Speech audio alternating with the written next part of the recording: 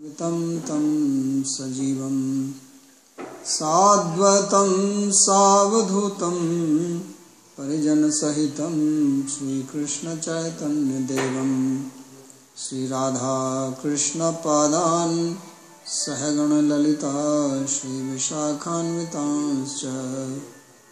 हे कृष्णा करुणा सिन्धो दीनबन्धो जगत्पते गोपेश गोपिका कान्त राधाकान्त नमोस्तुते।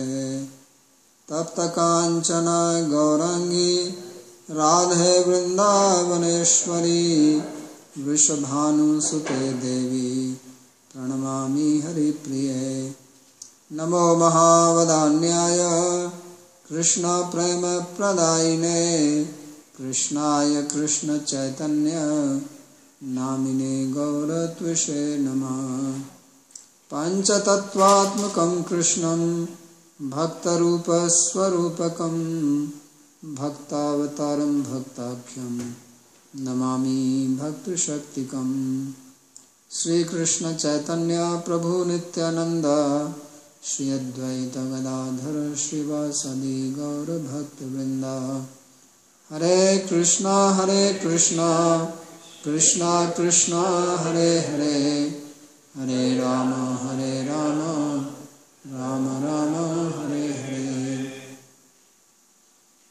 जन्माद्यस्य यतोऽन्वयादितरतश्चार्थेषुभिज्ञस्वराट् तेने ब्रह्म हृदय आदिकवये मुह्यन्ति यत्सूरयः। तेजो वारिमृदां यथा विनिमयो यत्र त्रिसर्गो मृषा धाम्ना स्वेन सदा निरस्तकुहकं सत्यं परं धीमहि। नारायणं नमस्कृत्य नरं चैव नरोत्तमं देवीं सरस्वतीं व्यासं ततो जयमुदीरयेत्। स्वस्ति अस्तु विश्वस्य खलः प्रसीदतां ध्यायन्तु भूतानि शिवं मिथो धिया। मनश्च भद्रं भजतादधोक्षजे आवेश्यतां no मतिरप्यहेतुकी। Reading from Srimad Bhagavatam, Canto 7, Chapter 15, verse number 51. These are instructions of Sri Narada to King Yudhishthira. And in the past few verses we read about the transfer of Atma, the self, the soul from the body at the time of death. So he described how the pious activities, because he was talking about two different types of path. The path of piety, by which one goes to heaven and comes back, and path of spirituality, by which one becomes liberated. So he explained that if one follows the religious path and acts according to the Vedic injunctions, then the yagyas, ishta, purta, etc., whatever he has or she has performed, then they carry the person along with the subtle body through the path of darkness, and such a person goes to heaven. And the other he will describe later on, by which one does not come back. So now in this particular verse he explains how the person comes back from there, because this is the path of return. And Krishna also says, Tetam bhuktva sarvalokam vishalam shine punye martalokam vishanti. That you go to Svargaloka, heaven, and stay there for a long period, and then you come back. So how do you come back? That is described here. This is a subtle process. He says, Annam reta iti kshmesa pitriyanam punarbhavaha ekekashyena nupurvam bhutva bhutva hi jayate. So this is the process that the all the steps are not given. Some were actually mentioned in the previous verse where he said Aushadhi Virudha, that person comes down through rain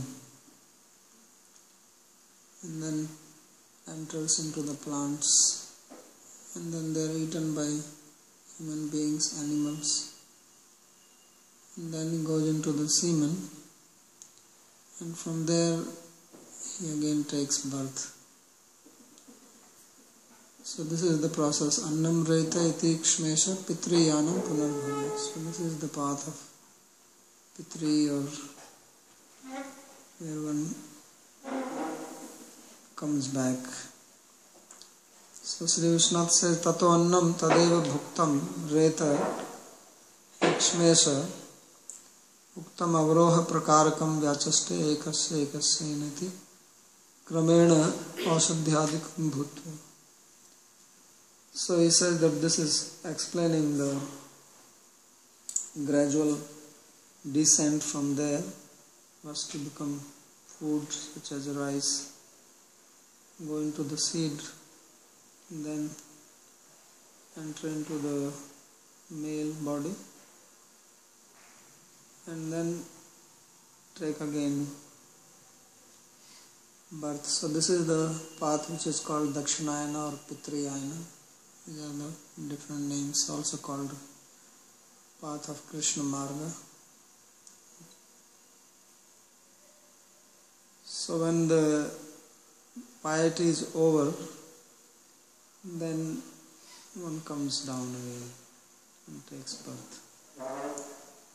So there is not much more, but you can understand how, as it was described in the previous verse we read from Brihadaranyaka Upanishad, how all the senses, they are pulled in at the time of death. They go into the subtle body, and then the subtle body leaves through a nerve in the heart, and then the Atma leaves the body from the different holes depending on the karma, through the eyes, nose, ears, on top of the head if one is going to get liberated. So now you again enter into the womb, and then this subtle body is already there, and the karma, because he said three things, that the experience from the past life, the karma and knowledge. So these imprints, they are still in the subtle body, and just as if you take a seed, then seed has the whole program for the complete tree. Although you don't see, but actually seed has got everything in it. How it will develop, how the leaves will come out, branches, flowers, fruits, everything is there inside that. So similarly, now we know that there are genes, and they have the whole program, how the body will develop, how long it will live, what kind of bodily structure one will have. So all this happens because of the past karma. The science explains it from the point of view of genes or cells or hormones. But the reason behind that is that because one has a particular karma, so therefore that particular soul or Atma enters with the combination of particular parents, because those particular genes are available there. So one may have to therefore also wait for an appropriate time to get suitable parents, because if suitable parents are not available according to the karma of a person, then one cannot get human birth or whatever birth one has to get. So one really sees what are parents available there, and willfully or somehow actively selects a parents, or it's just mechanical process? No, this is by itself. No, you don't select. It is by the karma. It is the karma which guides. It's like when you leave the body, you don't select to leave it, right? So you don't have that choice. Your choice is when you are functioning here in the body, then you can act either by pravritti marg, nivritti marg or no marg. So you can follow the path of brightness or path of darkness, or follow your mind. So that is no path. But Shastra does not talk about that. So that choice you do not have. How you are going to die, where you will take birth, that happens by the karma which you perform when you are living. So that is already ascertained. So you will meet some suitable person who will eat that particular plant or grain. So also it is not that the Atma is inside the grain, because grain has its own Atma, right? Because if you take that grain and put it in the earth, then it will come out. That is a different Atma, because of which it is growing. But that grain is just a carrier. You stick to that. And then you go inside the body and then you come out. So therefore you stick to particular grain, and maybe in some superstore, sitting inside a packet of rice a long time till you are cooked and somebody eats. So depending on when you can find a suitable father who can eat you, right? So you maybe some rice grows in India, then it is exported to America, right? So the guy takes birth there. So it's very interesting. And then when he grows up, then he comes back to India, comes to Vrindavan. So he actually, first it was exported, again imported. But then you need a visa to come back. He left without visa. What if the mother eats you? What if the mother eats you? Mother can also eat. And the processes. Then you still hang around. So many Atmas hanging. So that karma will guide. Because the same rice is made, father, wife also eats, husband also eats. So which grain comes in front of him? Therefore in India there is a saying, खाने खाने पर लिखा है, दाने दाने पर लिखा है खाने वाले का नाम. Right? You heard this? Very popular saying that every grain, the name the person who is going to eat is written on it. So sometimes you cook food and the particular bread or chapati remains, and then suddenly some guest comes, he eats it, you didn't make it for him. Does it mean that each grain has a different Atma sticking to it? Yeah, it's not necessary that every grain has it. Every grain has Atma in it, that is a different thing, but an Atma to take birth, it may be there, may not be there. Then suppose if 10 Atmas are sticking to 10 grains, if 10 Atmas are sticking to 10 grains of rice, and it's 10 grains of rice, which Atma trumps? No, that's the karma will choose that. So, Reta Kanashraya. So, according to the karma, you will take shelter of that amount. Just a medium to go and take birth. Otherwise, you can in between be just here and there, like a sleep state. So, you imagine that you are born as a human being now, and then after this death, you never know how long it will take to take another human birth. Even if you are supposed to take human birth, of course, if we have to take another birth in another species, then we don't know. But even if I have to take another human birth, I may not get an opportunity immediately. It is not necessary. It's not that as soon as I die, then immediately I am taking birth. Who knows, maybe few yugas will pass like that. And you are just going from one seat to another seat. Somebody eats, passes stool, you go to some other place. You never know. In the human body, so many atmas are hanging. You have no idea. It's like in this room, we are human beings, but there are so many other living entities here. Mosquitoes, flies, ants, lizards, they also live. We have no idea, but all of us are living here. In these books, sometimes worms are there. They also are here.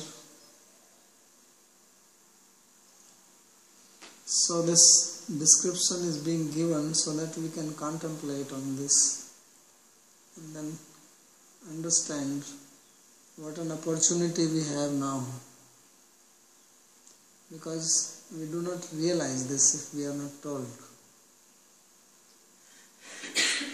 This human body is very special because it has got some very amazing ability to listen, communicate, understand, think, plan, and take some action which is not available in other species. So this is very rare. That's why Shastra speaks about it. We may not pay attention to it, but it is a fact. So we may squander our time in gossiping or doing all kinds of useless things which don't contribute anything to our life. Just sit down and gossip on the dinner table, watch all types of movies, TV programs, soap operas, but what happens? Nothing. And as we have been reading that we are moving towards our death continuously, every moment we are coming closer to death. Every moment. Even when we are sleeping, we are moving towards death without doing anything. And we wake up, but we don't realize when we wake up, one day is past and it will never come back. So this is the serious thing. The most precious thing for us is time, because money you can lose, you can gain again. You can lose your health, you can gain again. You can lose your tooth, you can replace that also these days. But time is no replacement. Therefore Krishna says, time I am. Kalo asmi. So that's what we have to program most carefully. So Kavya Shastra Vinodena Kalo Gachati Dhimatam. Those who are wise people, they pass their time in Shastra study. Kavya Shastra Vinodena, taking pleasure in Shastra. And Murkhas, they pass time in useless activities. So then he says, Nishekadi Shmashana Yuntai Sanskare Sanskrito Dvijaha Indriyeshu Kriya Yagyan Gyanadipesu Juvati Indriyani Manashyurmo Vachi Vaikarikam Manaha Vacham Vana Samamnaye Tamomkare Svare Nashet Omkaram Bindau Nade Tutam Tu Prane Mahatyumam. So now he is explaining the other path, the path by which we don't come back. you become liberated once for all. So first he says, Nishekadi smashanantai sanskare sanskrito dvija. So he says that there are samskaras which are performed, the religious activities.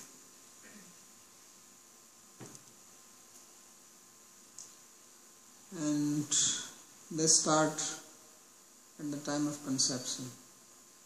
Those of you who have little knowledge of Smriti Shastra, like Manusmriti, so there are about 48 samskaras which were performed for a human being. Out of that, 16 are usually prominent, and it begins at the time of conception. So conceiving a child, that is the beginning. That is called Nisheka. So Garbhadhan Samskar. So he says Dvija, a twice born, means who has a guru taken Diksha, Samskrita, who has become purified. So Nishekadi Smashanante. And the last Samskar is when the body goes to the cremation ground. So in between there are many Samskaras.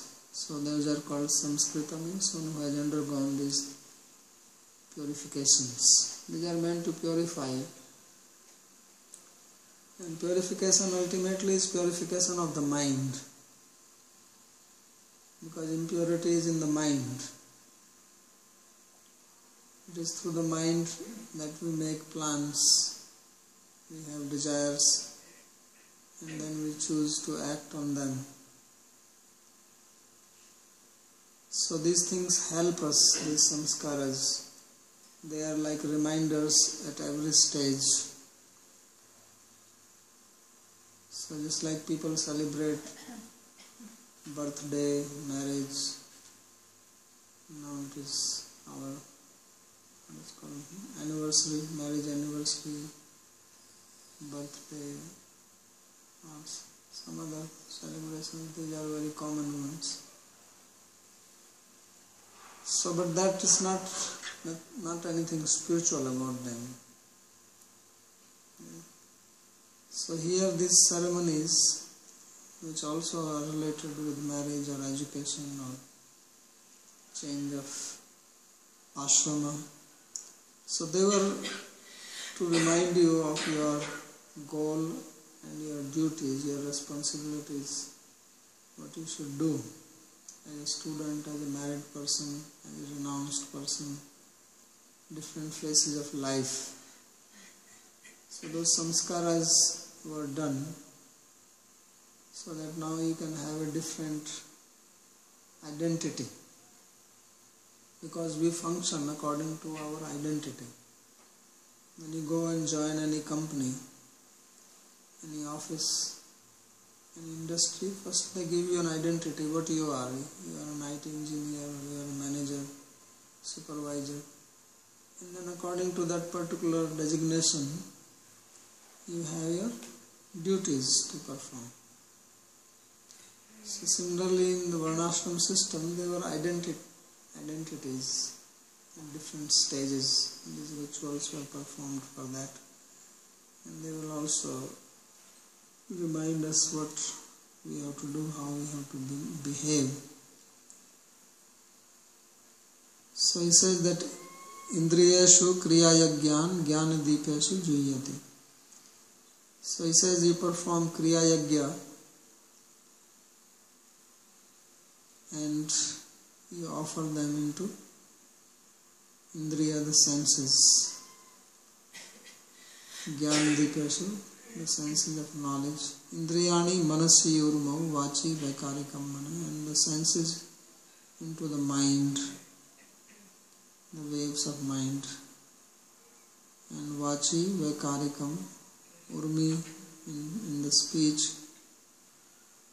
Vaikarikam Mana, Vaikarik means Sattva, because mind is made from Sattva. Vacham Varna Samamnaya, and the speech into the letters Tamomkare Swarena Set, and then that is offered into the Omkara.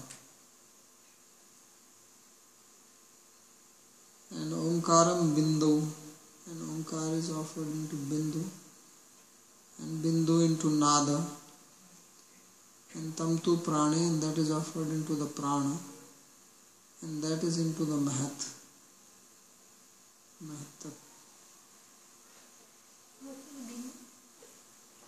I'll explain. So this is the process of Nivritti Marga. So therefore he explains here that Tatra Mukhyam Karmadhikarinam Ahaya Nishekadishu iti. So this Nisheka, this is performed by those who are following the path of Karma Yoga. And Pravritta Karma Nishtham Uktva Nivritta Karma Nishthasya Archiradi Margena Brahma Loka Prapti Maha. So after explaining the path of Pravritti, now he begins to explain the path of Nivritti. So Pravritti literally means path of action, and Nivritti means path of renunciation, detachment. So this is one particular way of leaving the body to attain liberation. This is called Archiradi Marg. Archi means light. So path of light, how one leaves this body and attain Brahmaloka. This is also called Krama Mukti or gradual liberation. One type of liberation is immediate liberation. You leave the body and you get liberated immediately. As it was described about Narada Muni in the first canto, that Prajyaman Mai Bhagavatim Tanum, that I got the transcendental body Bhagavati and my body fell off. So this happened just like lightning, instantly. One side his body dropped, other side he got a spiritual body simultaneously. It's like when you turn on the light, the darkness is dispelled. So light coming and dispelling of the darkness happen same time. So like that he got his Siddha Deha, his spiritual body. And the other is the gradual, that you go from one planet to another planet to another planet. Finally you reach Brahmaloka, and then you live there for the lifespan of Brahma. And then when Brahma dies, then you get liberated. So that is another process. Because some people, they want to see on the way, sightseeing. Right? Some people take the direct flight. Some people want to break and then spend few days on the way, then take another flight, spend few days there, then gradually reach your destination. And some others, they are not interested in this, they take the direct. So this Archiradi which is described here, this is the gradual one. Step by step, move from one to another, to another, to another. So that is Archiradi Marga. So Indriyashu Jnanena Dipyante iti teshu kriya yagyan juhoti Ishta Purtadinam kriya yagyanam Indriya Vyapar Mayatvat Indriya Tan Matratam Bhaveti ityartha. So first he is talking about Kriya Yagya. So Kriya Yagya here refers to the Ishtapurta which we studied earlier. If you remember, Etadishtam Pravrittakyam Hutam Prahutam Evacha Purtam Surale Arame Kupjivyadi Lakshanam. So he talked about Agnihotra, Darsha, Purnamasa, Somyag, Pasuyag, So that was all Ishta, and then Purta was welfare activities, digging wells, planting trees, making roads, food distribution, etc. So he says he offers all this to the senses which are illuminated by knowledge. Jnanena dipyante indriyashu. So teshu kriya yajnan jo hoti, ishta purtadi yajna kriya yajnanam indriya vyapar mayatvat. So the meaning is that you consider that all these activities which I performed, they are indriya vyapar maya. Vyapar nyaya, tajjanyatya sati tajjanya janko vyapara. You have the senses, these are the karanas. Sadharanam karanam karanam. Right? So, and karana, niyat purvatitvam karanam. So you have the senses, from that you do some vyapara, some activity, some actions, and that gives rise to some adrishta, some good fortune, some piety. So he says to consider that as indriya vyapar. It will just vyapar on the indriya. So therefore he says indriya vyapar mayatvat indriya tavan matratam bhavyati. So to consider the senses like that. This is all meditation. When you say that you offer this into that, offer that into that. This offering is not something like you offer grains when you are doing yajna. Like when you do yajna, there is a fire burning. So you make oblations. That is offering. That is a gross thing. So here also he is talking about juvati, means he offers. So this is done by meditation. Therefore this is a bhavana. Evam uttaratrapi. So he says you have to consider like that. So first you have your kriya yajnas, and then that you offer into your jnanendriya. There are karmendriyas, the senses of action, and jnanendriya, knowledge senses, cognitive senses.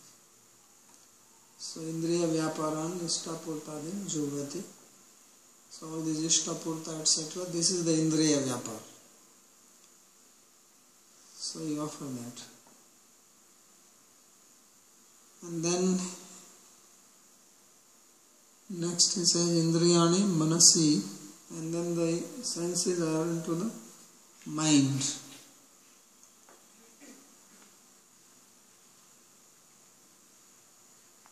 So mind's function is sankalpa vikalpa. Right? So with mind you make decisions. I want this, I want to do this. So by that decision only you make an action. Before you make an action, first you make a resolve to do that. And that happens in the mind.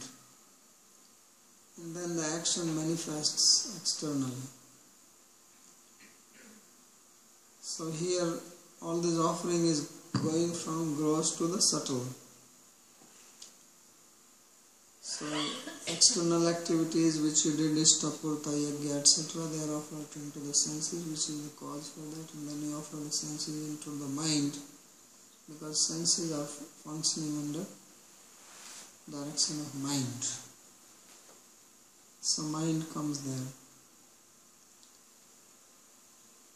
So what is the meaning of offering the senses into the mind?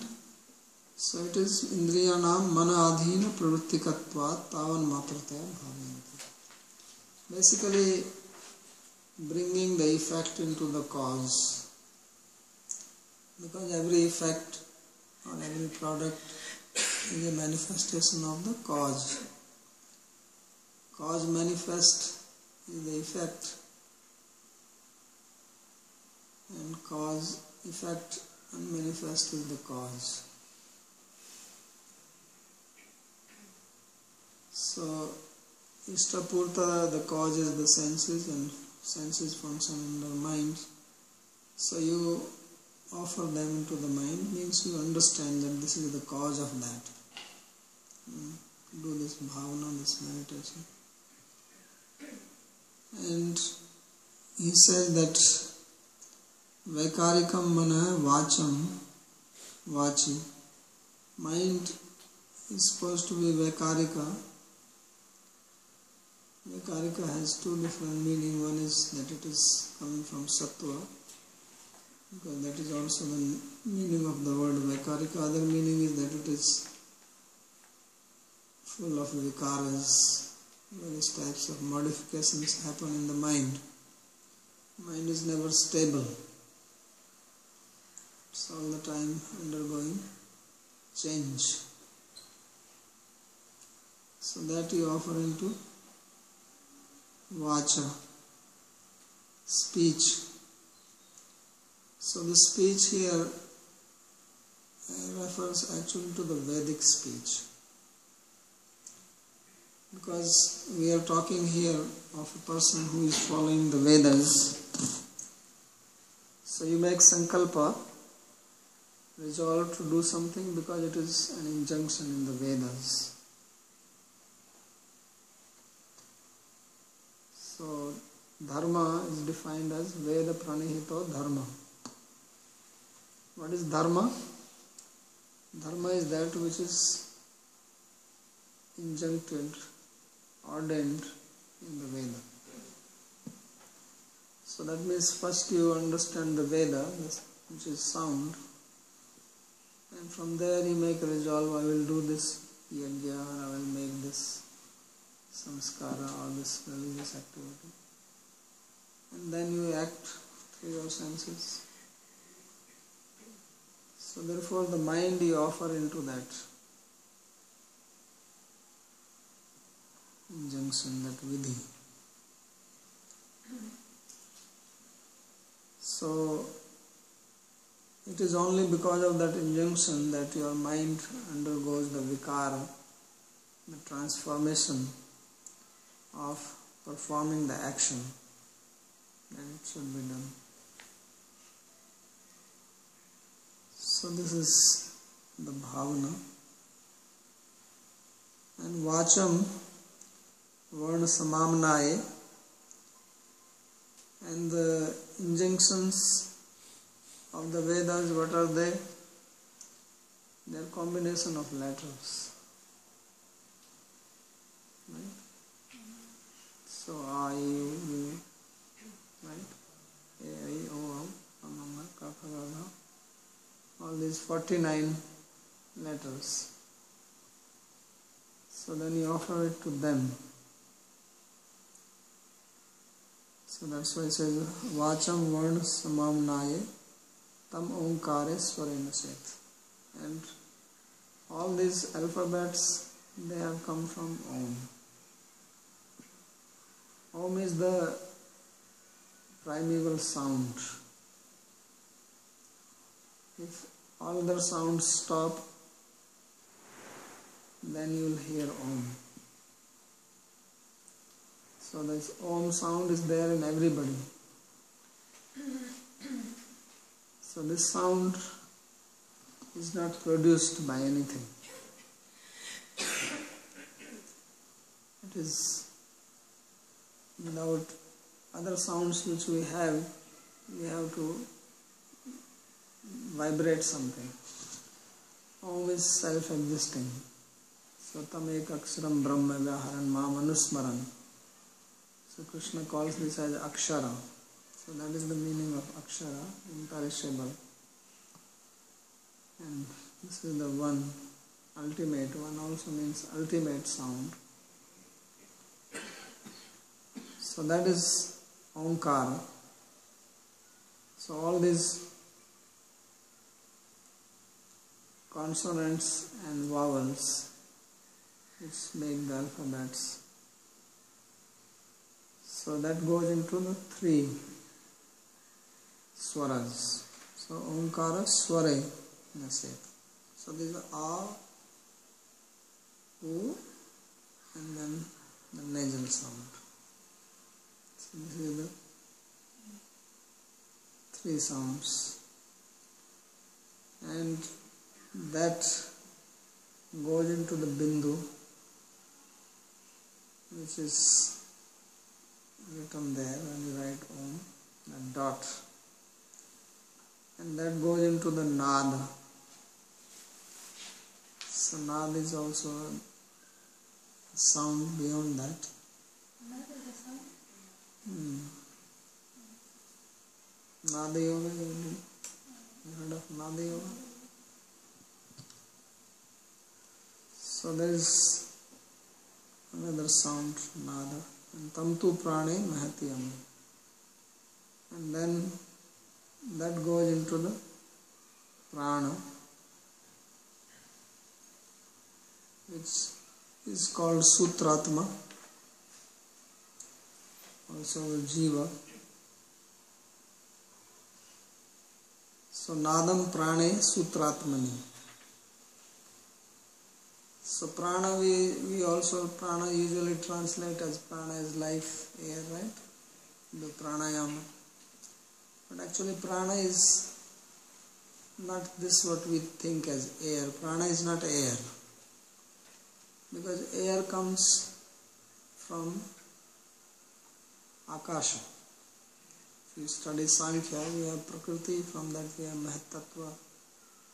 And then from Mahatattva in Tamas we get Panch Tanmatra.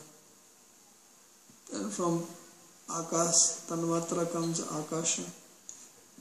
And from that comes Vayu Tanmatra, and from that comes Vayu.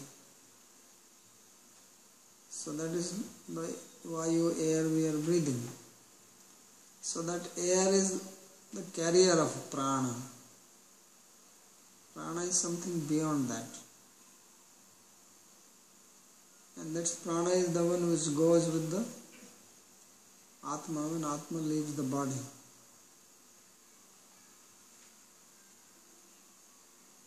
So he says then he offered that into the Prana, which is also sometimes called Sutratma.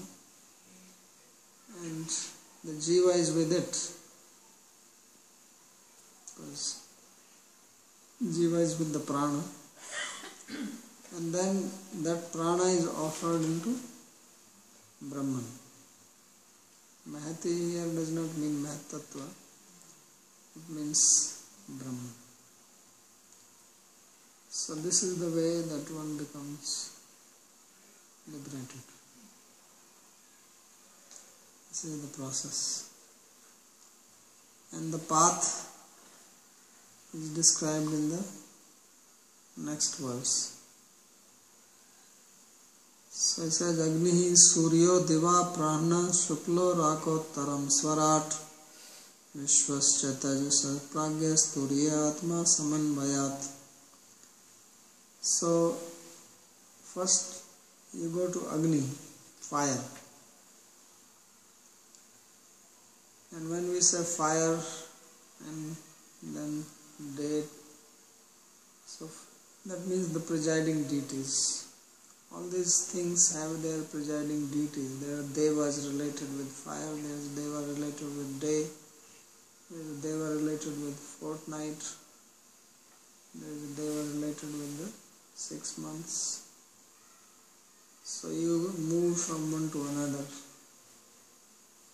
So first to the fire, then to the day, and then to the bright fortnight, and then to the 6 months when the sun is in the north side. Because south side, that is for the other path. So now at present the sun is in the northern hemisphere. Comes on 14th of January, and then it will change in June.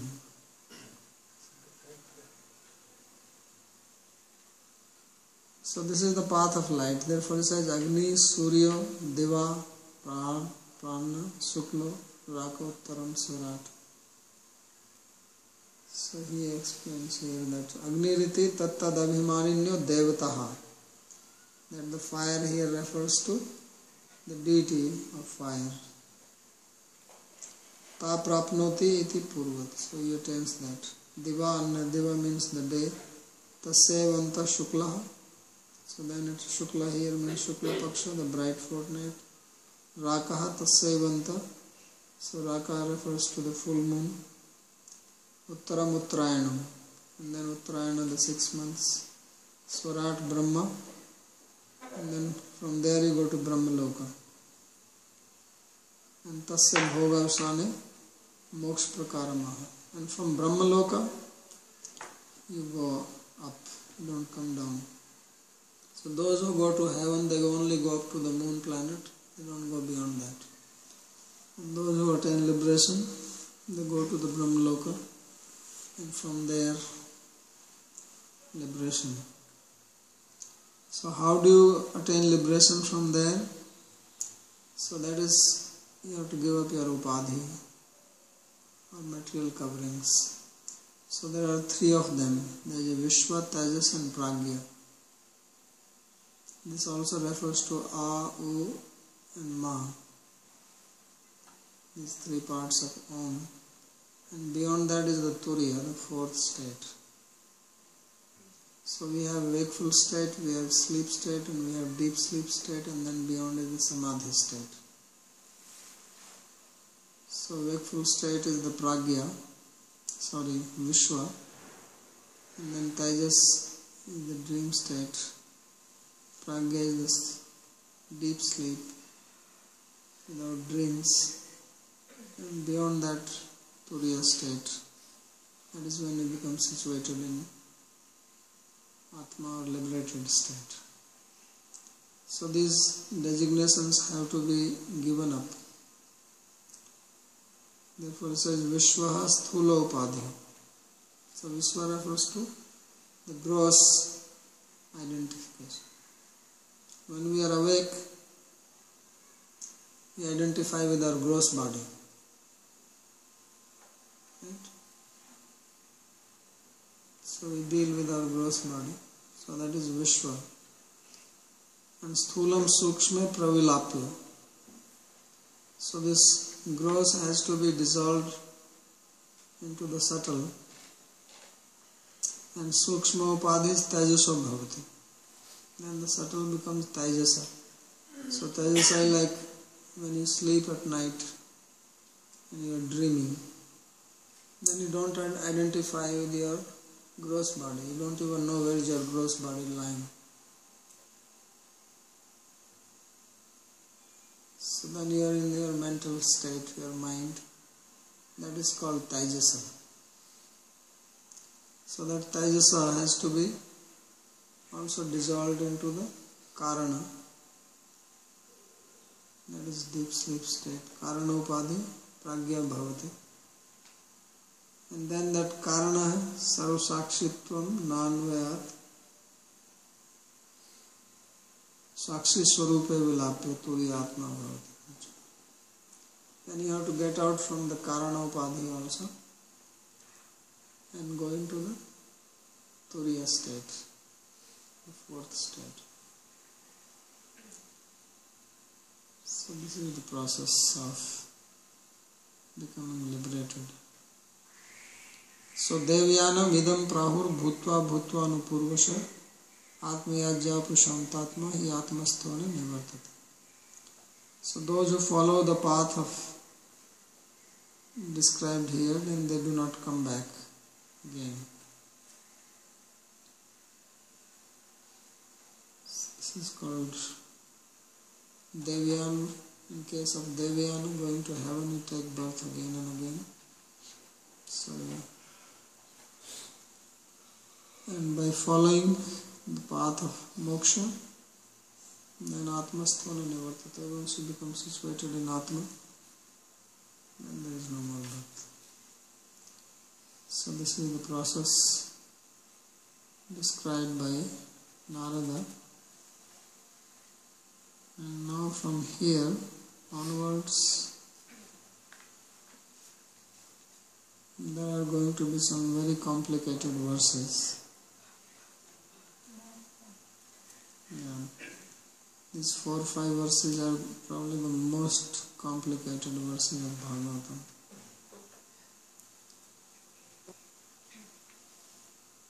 So we'll try to study them tomorrow. I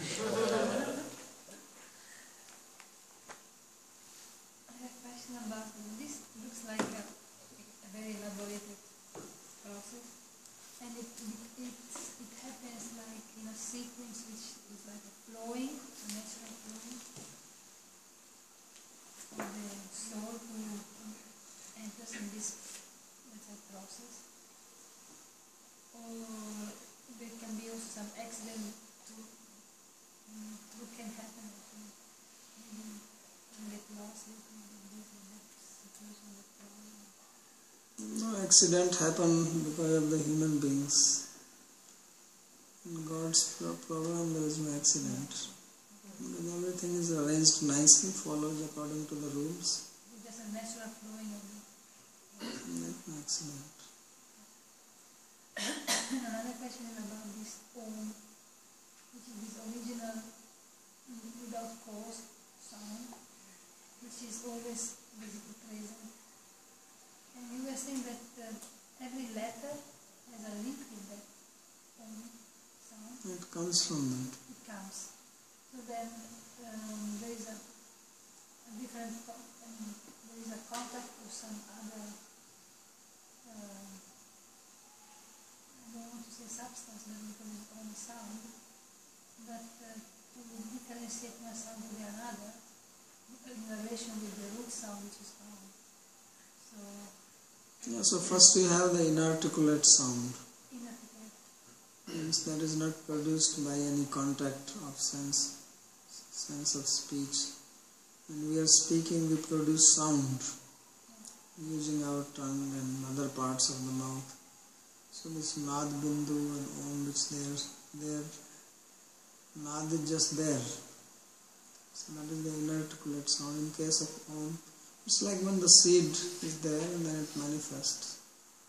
So Nad is the seed, and from there it gradually comes to Bindu and Om. In the Om also you can hear it.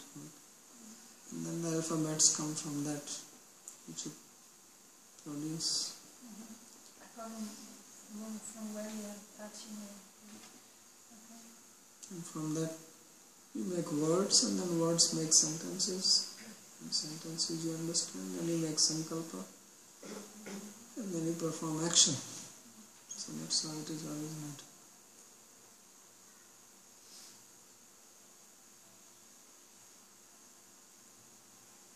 Okay, any other question? You say that when everything is silent, then this Om can be here. And this silent, what means this silent? Means this Stopping your mind's modifications. stopping the mind means that you don't have any more of the samskara. Just like if there is a watch ticking here, then you don't hear because there is too much sound. So you stop all that sound, then you can hear the watch. So when there is too much noise in your head, then you don't hear it.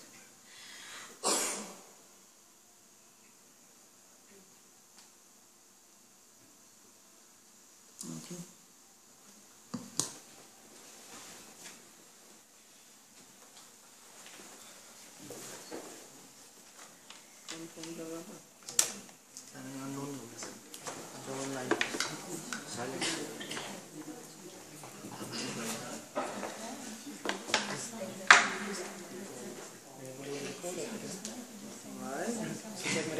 Tapes of Maharaj still. And I didn't finish.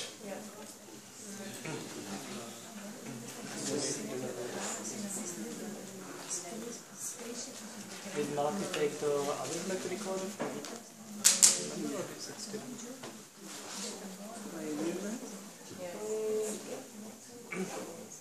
Probably if you would be in touch with need to record? Yeah, I don't need, I only need for the class. Then I'll just bring that image for the class. And I have like maybe like 30 or 40 takes more, and then it will be really